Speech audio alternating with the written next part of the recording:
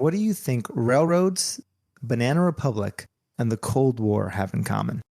Gwen Stefani. And you'd be correct. Yes! Today we're going to be talking about America's favorite fruits. The history is ripe with shady labor practices, overthrown governments, and the threat of extinction. I'm not dumb, but what's the real story behind bananas? Welcome to the I'm Not Dumb But podcast, where we won't claim to have the answers to life's deepest questions, but we'll give you an exciting journey into the realms of knowledge you never knew you needed. Might be mainstream, but not common knowledge. From artificial intelligence to conspiracy theories, no topic is too taboo for us to explore. Let's get curious together. I'm Rob, your host for today, joined by Caesar. Yo. Our boy Victor. What up? And last but not least, Chris. Hey. Yeah, so today we're going to talk about bananas. This shit is bananas? B-A-N-A, and I'm still learning the whole word. There's four. It's like Mississippi. I never learned to read. If you had to take a guess, where do bananas originate from? Well, when a husband banana meets a wife banana and they get together, they have a little banana leaf and it grows into a tree and eventually has its own bananas. And then that banana goes to college and pays a mortgage, then dies before it ever gets ripe. That's true. And without actually realizing its life's goals. Yeah. Yeah. We're all bananas here. We're all bananas. Life is depressing. So bananas are native to Southeast Asia. What? Yeah, Southeast Asia. Oh, really? Get the fuck out of here. It is believed that bananas were domesticated in actually Papua New Guinea around 8,000 BCE. That's before common something. Era. Before common Totally core. blank, but I'll take your word on it. It's my podcast. Don't ever interject on me again. So wait, how did they figure this out? So they like 23 to meet it? Yeah, and it was like, you're Turkish, but this one was from Papua New Guinea.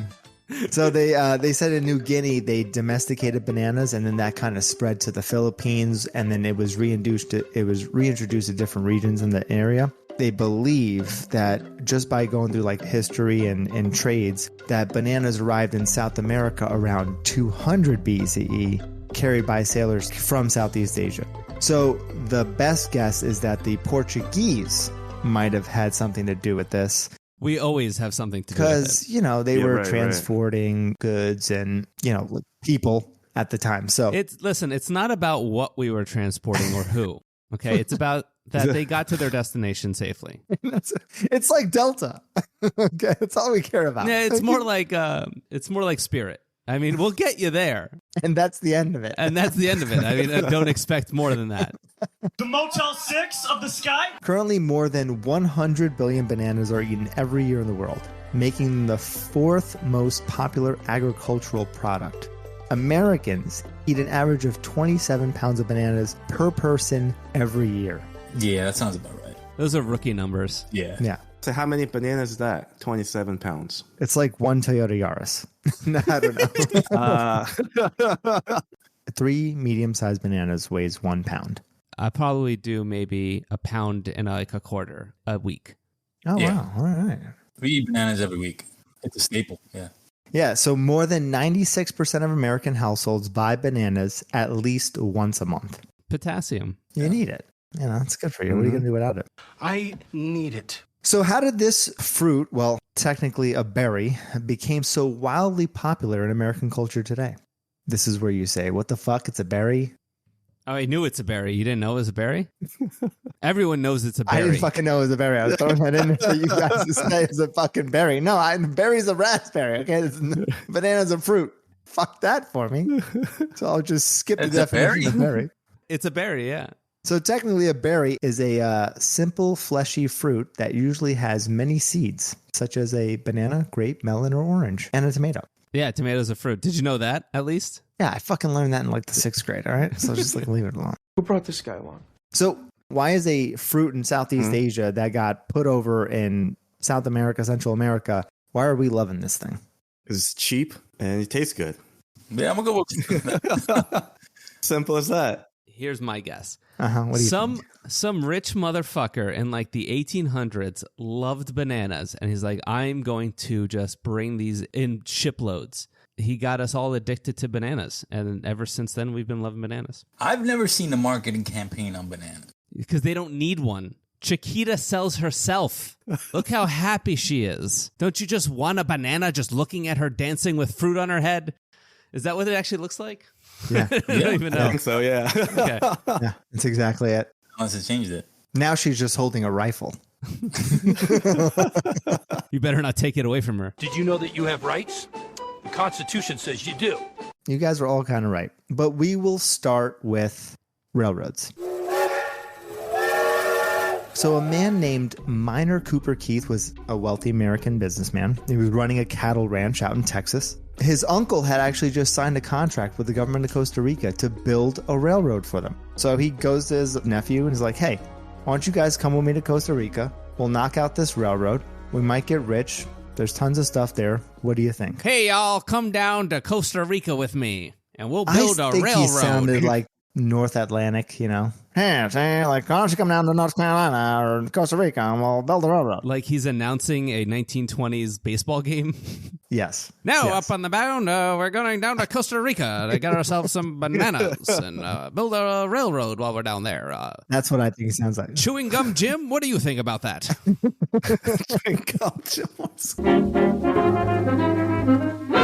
He ditched the cows. Around the 1870s, he bounced to Costa Rica and started making this railroad with his uncle and his brothers. The Costa Rican government was like, we're exporting a lot of coffee beans, and we need you to build a railroad from the capital to the shore. So this way we can kind of push everything out to the ports, and we can export this stuff nicely. In addition to building this railroad, a lot of American businessmen would go down to Central America because it was pretty much underdeveloped.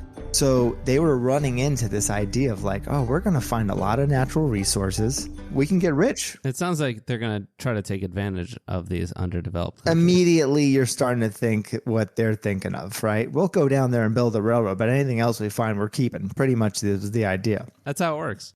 Well, it turned out this part of Costa Rica, densely thick with rainforests, crazy types of diseases, inclement weather. It was just a nightmare to tear through. The terrain was crazy, trees, rocks, hills, you name it. Probably a lot of snakes down there, too. And they always have these like colorful frogs. You got to watch out for those. The poisonous ones. You never know. You're telling me a bunch of fucking dudes over there building a railroad didn't lick a few frogs? They probably like that. I went on a crazy trip. That's why it took them forever. Half my workers are on DMT. I can't even get them. All glory to the Hypnotoad. It was a rough time. So it was estimated that in the time frame, in the early stages of him trying to build this railroad, over 4,000 people died trying to create this thing. Jeez. Even Minor's uncle and all his brothers. And they think it was from like malaria, disease. I think one guy had a tree fall on him. It was like the Oregon Trail on steroids. Malaria was no joke. It kills a lot of people. In 2022, an estimated 608,000 deaths occurred due to malaria. Wow. So as the time he was building this thing, he did notice that all over Central America, bananas were growing rampant. And in addition to that, it was kind of a vital thing where they would plant banana trees near plantations because the shade would basically, give cover to workers or the slaves. And then in addition to that, it would give fruit, tons and tons of fruit. It was just cheap food. So cheap shelter, cheap food. So what he did was he started planting bananas near the railroad. So as he was building it, he'd have food and shelter for workers. What a scumbag. It's like when you're done with a marathon and they give you that banana in the end and you're just like, what am I supposed to do with this? Eat it before you die. There's workers cramping. They're like, give that man a banana real quick. He needs potassium. His productivity is slowing down. Give him that damn banana. So he does notice that bananas have potential. So he does start exporting bananas as a side gig. He actually had steamships, and he was exporting these over to New Orleans. I believe it's called Nolans. Nolans? Yeah, he said it with your Yankee voice. Well, you know. This is the first time that it's been in the U.S., right? No. They're already in the country. Yeah, but they're probably like, fancy, like exotic, like, oh, what's that? Oh, this is a banana from the south of America. So actually, fun fact, this is what happened. He gets down there in the 1870s. On June 5th, 1876, at the World's Fair in Philadelphia, Pennsylvania, they introduced an exotic yellow fruit. That was the first time they had actually introduced the banana to America. At that same World's Fair, Alexander Graham Bell was showcasing what he liked to call the telephone. The banana was a way better. Is that where he got the design from? Because he goes, look, if I put this banana up to my ear. Oh. Banana phone. So actually, the banana was just as popular at the World's Fair than the telephone was. Because at the time, people were enamored with the fact that you could eat this fresh fruit that came from such a faraway land. Mm. So it was kind of popular. People were gaining traction, and he began exporting these bananas over. At this point, he started shifting gears, and he was like, listen, I got a railroad, I got a port, I got ships, I got people wanting to buy these things, they're getting popular, and ultimately used his railroad for strictly pushing bananas to the ports. In addition to this, he starts to face some financial trouble. Costa Rican government defaults on a lot of the money that they said they were going to help him building the railroad. Then the brokerage company, from some of the loans that he got in Europe, went belly under, and he's still trying to get more money. There's always money in the banana stand. I've never heard of that. You never heard of that? You never watched Arrested Development? Bits and pieces, not all of it. Oh my God. That's why you're wasted on you. Yeah, wasted on you. References just completely wasted on you. $6,300 suit. Come on. What does any business owner do when you can't get any more funding and you've got a business but you need money? What he decided to do was go to one of his main competitors and merge with his company. So he goes to Andrew Preston, who was the owner of the Boston Fruit Company at the time, killing it in trade. He was exporting tons of bananas, but exporting them to the Northeast. So they said, hey, listen, you're a huge exporter in the Southeast. I'm an exporter in the Northeast. Together, the United Fruit Company is born. The UFC? The UFC. And Dana White had not taken care of it yet. It went from bananas to fighting. Yes. Who ends it with a spinning elbow. At the time, it was very powerful. They were the biggest exporters of bananas from Central America. They used their infrastructure and their political power, and they went to all these different Central American countries and say, hey, listen, we would like to develop your infrastructure.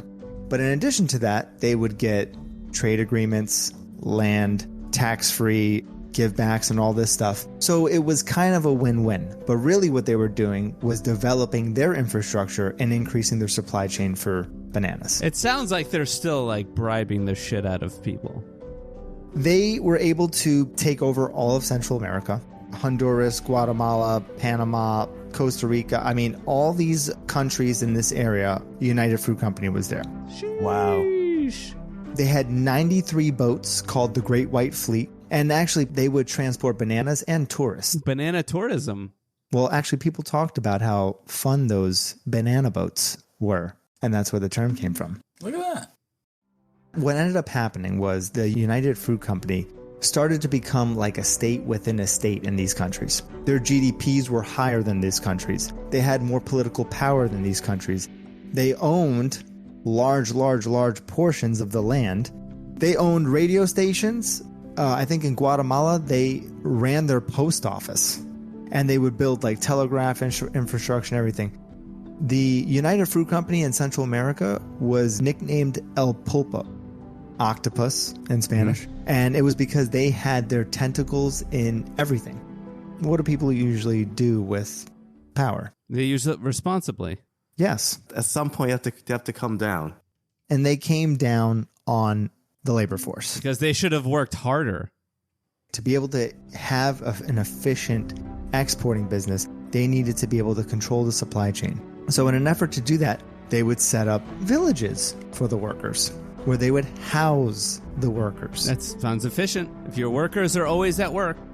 They would create commissaries where the workers would buy their food. And they even paid them in what we would call Disney tokens, but they called them vouchers. So workers weren't even paid an actual wage. They were paid vouchers, and they could only spend those vouchers at the commissaries and with the company, United Fruit Company. This just sounds efficient, really. Mm-hmm. I mean, listen, why do you need money when the UFC is providing you everything that you need? Workers were forced to live in these plantations, working 24-hour shifts, 7 days a week. It was great. But when you're put in that position, don't you need a little extra something to get you going? Something to just wake you up in the morning? Coffee? I don't know. Well, coffee and cocaine might work, but some of these camps would actually enslave the wives and daughters to be sex workers. And if they denied it, then the husbands wouldn't be able to get the vouchers. Now, is this in like the onboarding pamphlet? Does like HR approach you and be like, listen, so welcome to the team. Here's your pamphlet. Here's your health insurance. It's through the company, obviously. I mean, by through the company, I mean our doctors will look at you. You are going to take your wife and children to this. You have how many daughters? Oh, great. We have a special house for them. They will be prostituted out to help the team. You know, we're here to boost morale. That's exactly how it went. How's your morale? Great. And because of that, these countries came to be known as banana republics. Oh. So by definition of banana republic, countries who had unstable governments are exploited for exportation of a limited resource, such as bananas. So when did they get involved in clothing? That was later. No, but why would a clothing company decide to name their company Banana Republic knowing this? Right. You sure about that? In 1911, Honduras, the government wanted to take back some of the land. It sounds like communism. The workers actually striked, and the politicians, the governments, would go in there and say, you're getting back to work. And then in addition to that, they would give tax breaks to United Fruit Company. So they would squash these strikes and they would keep it moving because they were so politically connected. But this kept happening in other countries. Workers started striking. So one particular year in Colombia in the 1920s, the workers stopped working and they say, listen, we want better wages. They had 9 things that they wanted, and it was regular stuff. It was like working 6 days a week instead of 7, getting paid actual money instead of vouchers, better work environments, regular things that workers would want. How bad is a banana work environment? It's pretty bad because you got to think about this. Banana bunches, super heavy.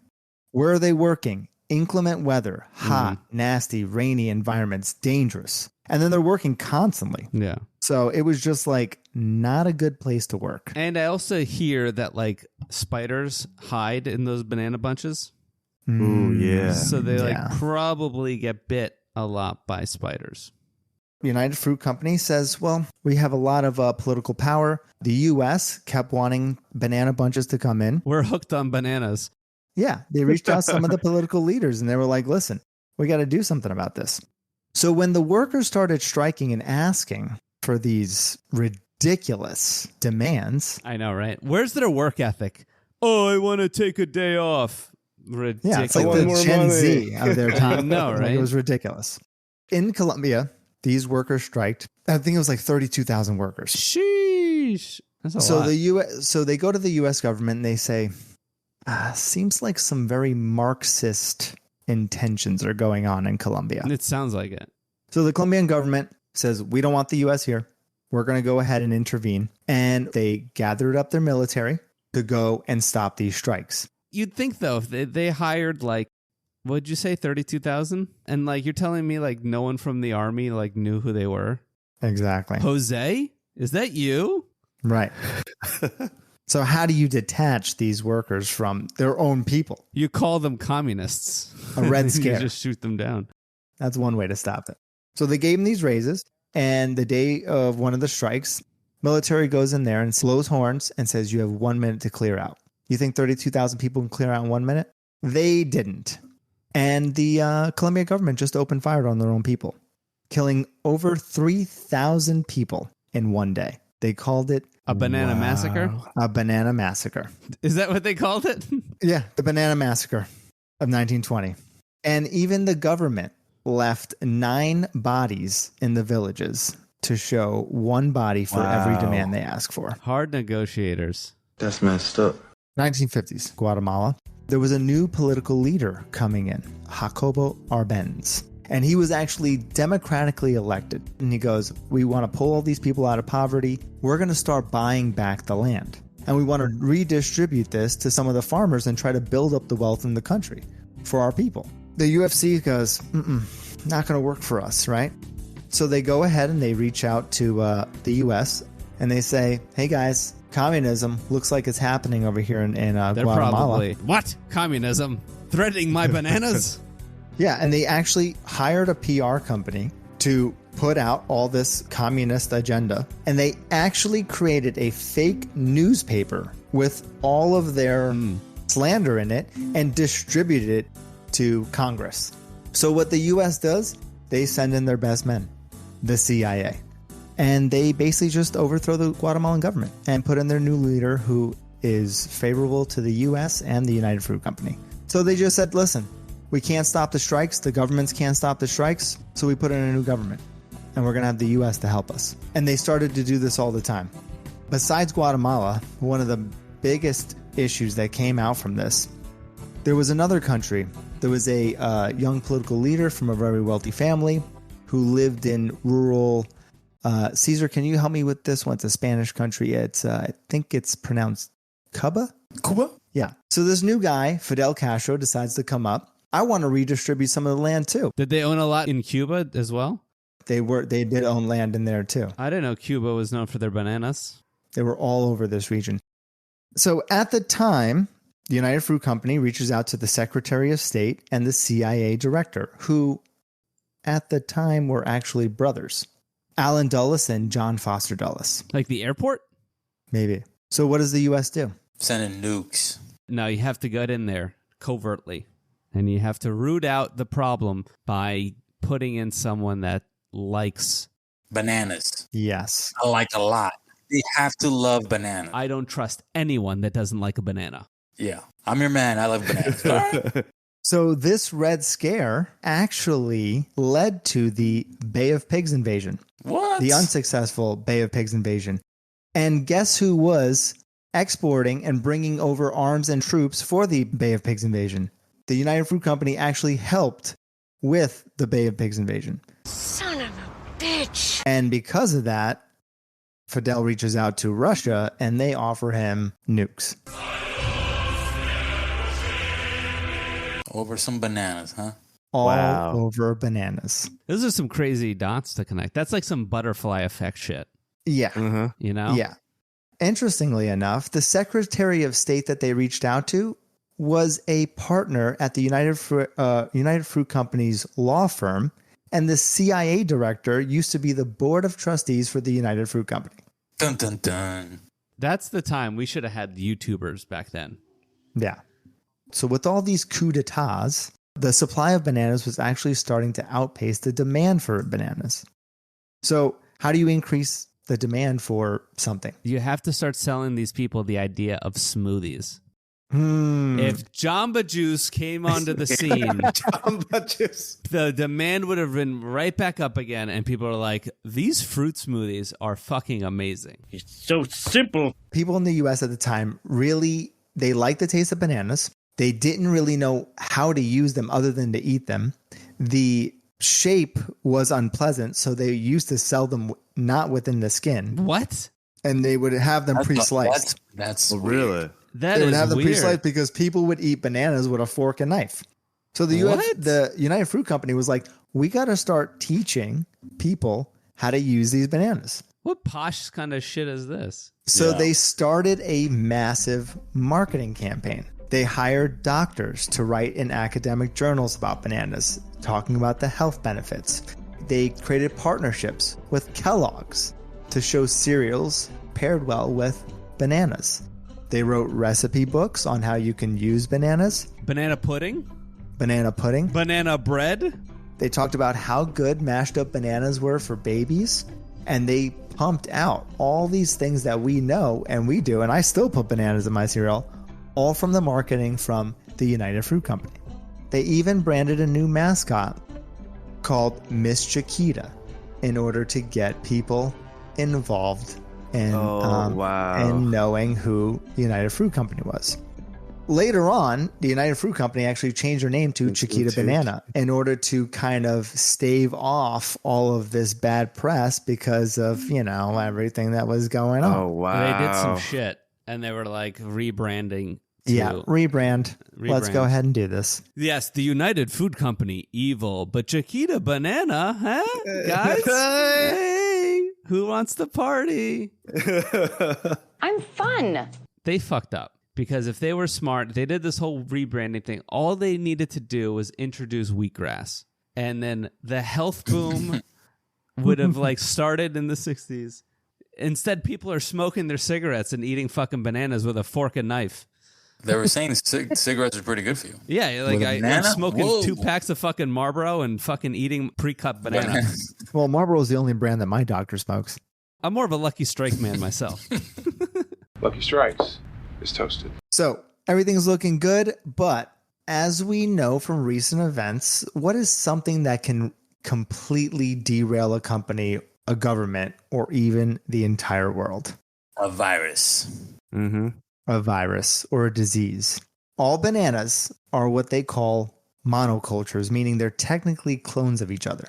And this is nice because you know that they're standard size, standard weight, standard taste. You don't have any irregularities, and you can ship these things off very well. However, it's even great for fungi because as soon as they are able to tap into one of these fruits, they have the knowledge to tap into all of these fruits because they're technically the same thing.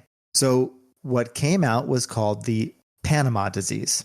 And the Panama disease was a fungus that basically was destroying banana crops all through Central America. I think I had the Panama disease. It's burns, right?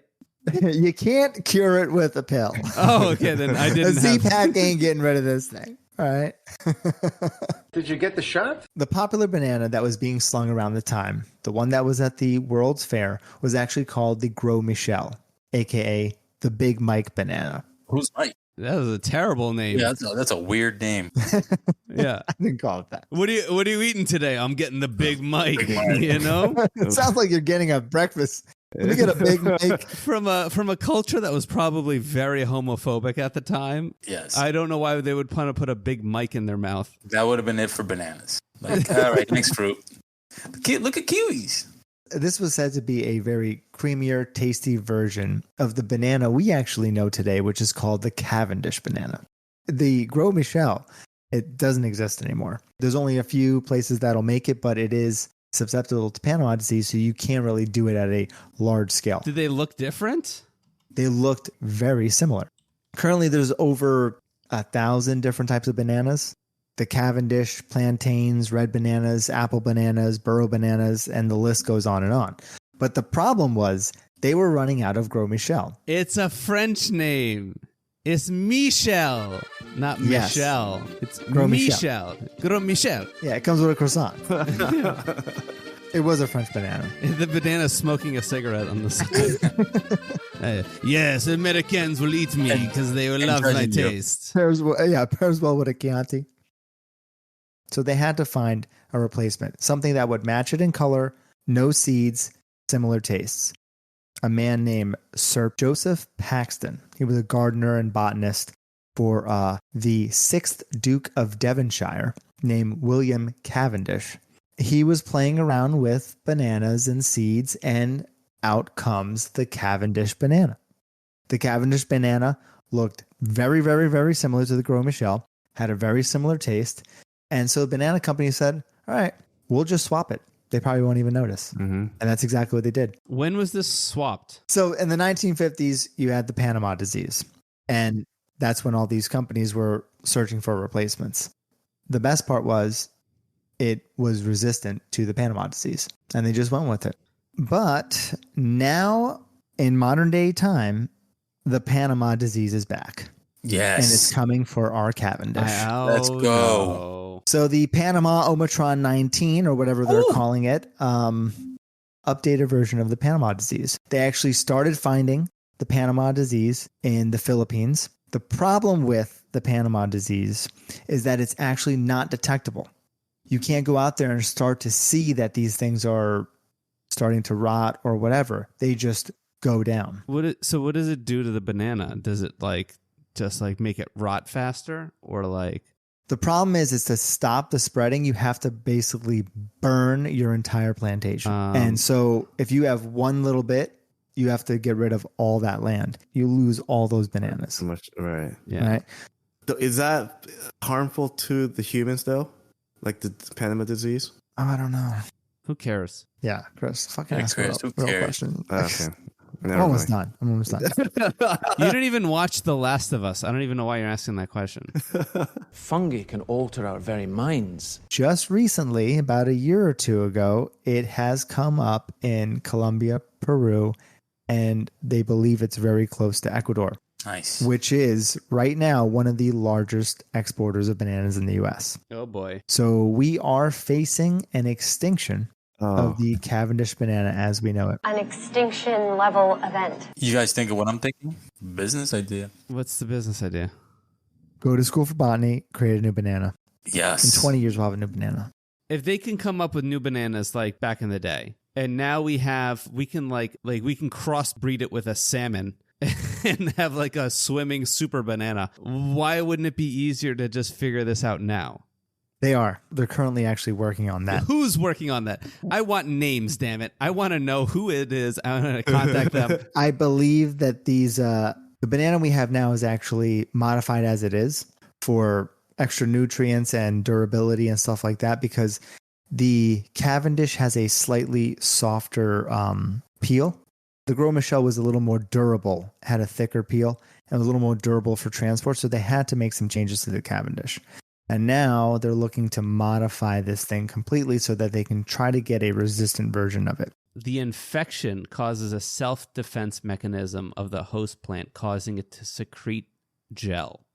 So when your bananas start gelling, they've been infected by the Panama disease, which makes it so much worse.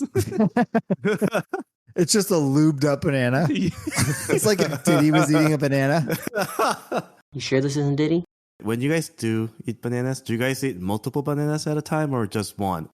I'm good with one. Yeah, what the fuck? How many bananas do you eat? There are people that do you eats, pretend like, the banana is something else? No, I can only do like half. I can only do half or one. I can't do multiple because half of a banana. Who eats half a banana? What a waste! No, because the texture of it makes of me a banana. Yeah, it gets like I don't know, something about it. I start like gag. So I'm like, I can't. Are you chewing it or just throwing it down your throat? Yes, I am chewing it. What are you doing? I'm eating the banana. Let me make sure this is clear. I am chewing the damn bananas. Chris, are you okay? It's the texture. It's the texture. No, this makes perfect sense now. Sense now of why that company had to come out with a marketing plan of how to eat bananas, because people like Chris are clearly eating it incorrectly. Yeah. How do you choke on a banana? Again, I'm chewing my bananas. Okay. This isn't. You're not eating it like you would at a truck stop. Okay. How does this guy eat a hot dog? What is wrong with you? I was reading that they said that like Colombia and all these countries, actually the reason why they're still stuck in these like states of government is long-term effects of what the United Fruit Company actually did to these governments. No, it's because of the hot climate. No one likes to work. That too. Yeah. They're just lazy. I'm just kidding. We love Colombia. These so-called underdeveloped countries, right? When you start digging back, you're like, oh, they're underdeveloped for a reason. Yeah. Because the countries who are actually rich went in there, took their resources, screwed it up, and they're like, yeah, don't go that shit. It's like Avatar. Yeah. All for bananas. I need my bananas though. I do honestly, too. Yeah. They are the quintessential ingredient of my protein shakes. Oh yeah. Yes. You can't have a protein shake without a banana. Without a banana. You It might tastes as well like just shit. do water. Yeah. And if you're Chris, as you're choking on half of it, you can make again. I chew my bananas. Okay. Yeah, and you say that a lot for someone who probably doesn't chew. Yeah. Now you're just getting weirdly defensive about it. What are you doing? Yeah. Okay, Chris. All right, guys. What do you think? Some key takeaways, Victor? Listen, we had a long history of interfering with other countries, and like these companies are complete assholes for doing what they did. But it's still kind of sad to know that me eating bananas is probably going to end up me being one of the zombies from The Last of Us. So that's kind of upsetting. It wasn't flour, it was bananas all along. Chris? Honestly, I didn't know banana has such a dark history behind it. But I definitely see it differently now. You know, it's not just banana anymore, so... Caesar? You know what? I am not going to change my eating habits at all. I understand now that Chiquita has a very dark history. But there are tasty bananas out there. We eat them every week. And unfortunately, you could probably go on any of these products that you're eating every day and you're like, you don't know the history. You don't know half of it. So, you know, it's sad. And like I said earlier, we've seen this story play out time and time again. And it's going to continue to play out time and time again. But bananas are still tasty, man. I vote for bananas. All right. Well, that's all for today. Thank you for tuning in. And don't forget to follow us on Instagram, Twitter, and YouTube at I'm Not Dumb But, where we post extra fun content you may not find on the podcast. And before you go, hit the subscribe button because you'll feel better. Trust me. Until next time, stay curious. Later. Later.